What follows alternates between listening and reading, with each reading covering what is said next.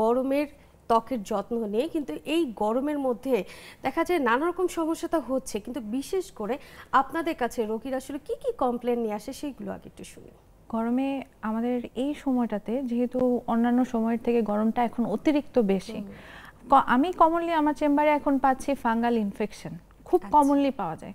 বাচ্চাদের ক্ষেত্রে আবার দেখছি ঘামাচি, ম্যালেরিয়া বলে, এটা বাচ্চাদের ক্ষেত্রে দেখতে পাচ্ছি। কিন্তু ফাঙ্গাল ইনফেকশনটা অতিরিক্ত দেখা যায়। এটা যাদের 1 বছর আগে হয়েছিল বা 6 মাস আগে হয়েছিল সেটা আবার ব্যাক করছে, কারণ অতিরিক্ত ঘাম এবং এই গরমে দেখা যায় ওনারা একটু সময় বাইরে থাকলে ওনার ঘেমে যাচ্ছে, এই ঘামটা জমে ফাঙ্গাল ইনফেকশনগুলো হচ্ছে।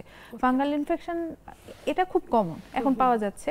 এটা ছাড়া ব্যাকটেরিয়াল ইনফেকশনও হচ্ছে, আবার সানবার্ন। এ সময় যারাই বাইরে যাচ্ছে বা বের হচ্ছে অনেকেই মানে সানবার্ন নিয়ে আমার কাছে রেগুলার রোগী আসে। তারা সানবার্নের জন্য এখন তো অনেকটাই কনসার্ন, তারা ঠিক করতে চায়।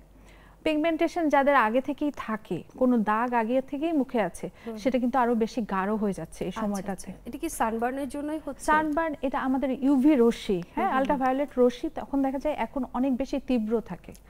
এই 9টা থেকে 4টার মাঝে যে তীব্রতা এটা বেড়ে যায়, এই কারণে এই দাগগুলো অনেক বেশি গাঢ় হয়ে যাচ্ছে। র্যাশ হওয়াটা আমি আপনাকে যদি বলি, দেখা যায় কি এই র্যাশটা কিভাবে আসে, যখন ঘেমে যাচ্ছে তখন সেই যেই কাপড়টা পরছে সেটা থেকেও তার অ্যালার্জি হতে পারে। সেটা যদি কটন বা একদম সুতি না হয় সেক্ষেত্রেও তাদের প্রবলেম হচ্ছে। আবার অল্প কিছুতেই র্যাশ হচ্ছে, র্যাশটা গরমের থেকে যে ঘামটা হচ্ছে ঘামের কারণেও কিন্তু হচ্ছে। প্রথম দিকে র্যাশ হচ্ছে, দেন পরবর্তীতে এটাই ফাঙ্গাল ইনফেকশনে রূপান্তরিত হচ্ছে।